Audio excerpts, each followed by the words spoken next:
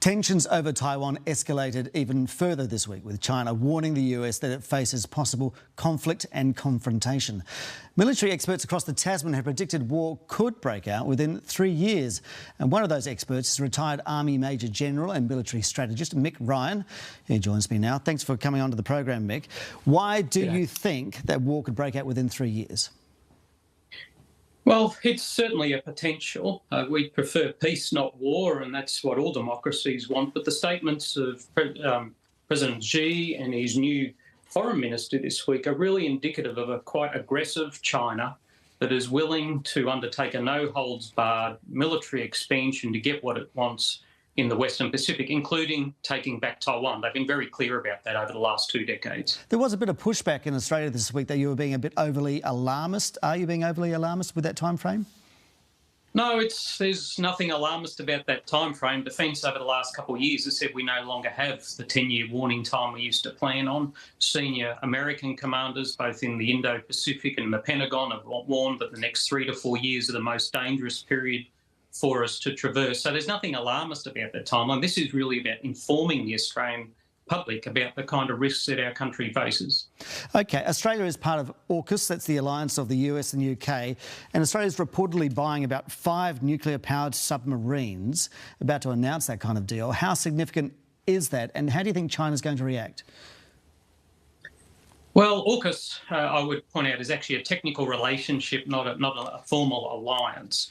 But it's a relationship where we will share nuclear submarine technology and co-develop new nuclear submarines. The Chinese clearly not happy. Anytime two countries get together to push back on their aggression and coercion, they're unhappy about it, and they'll continue to be unhappy about anything that seeks to stop their aggressive expansion in our region. New Zealanders are not part of AUKUS, and we might think that we're sitting on the sidelines here and won't get dragged into, say, a war in 3 years. Is that a good position? Are we sitting on the sidelines, or are we going to be dragged in?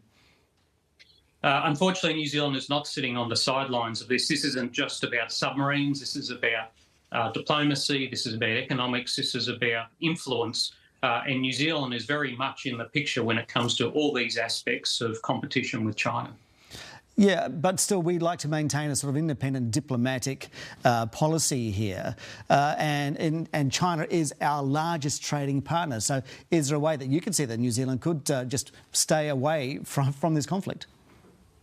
China's the largest trading partner for many nations, including Australia and many in Europe, but that hasn't stopped us from pushing back on their foreign influence aggression, their coercive campaigns, and at some point you've just got to take a stand for your values. And China's values are not aligned with ours, and I'd suggest they're probably not aligned with New Zealand's. And our foreign interference legislation, our views on 5G are something that New Zealand might like to look at. Why has Taiwan become the flashpoint in the Indo-Pacific? Well, I wouldn't call it a flashpoint, but Taiwan is a democracy in the Western Pacific, a small island democracy of 25 million people, not too dissimilar from Australia in that regard. But China has become much more vociferous in its claims over Taiwan in the last decade, particularly under Xi. They made it very clear they are going to take Taiwan back one way or the other. But so there's a lot of talk about going to war, possibly within 3 years, but really what measures are being taken so we can avoid that? Well, AUKUS is front and centre at those kind of measures. AUKUS is all about preventing war. No one wants a war in the Western Pacific or indeed anywhere. Australia, the United States, Japan are all increasing defence spending as a deterrent measure to ensure that the prosperity of our countries isn't impacted by some kind of catastrophic war forced upon us by the Chinese.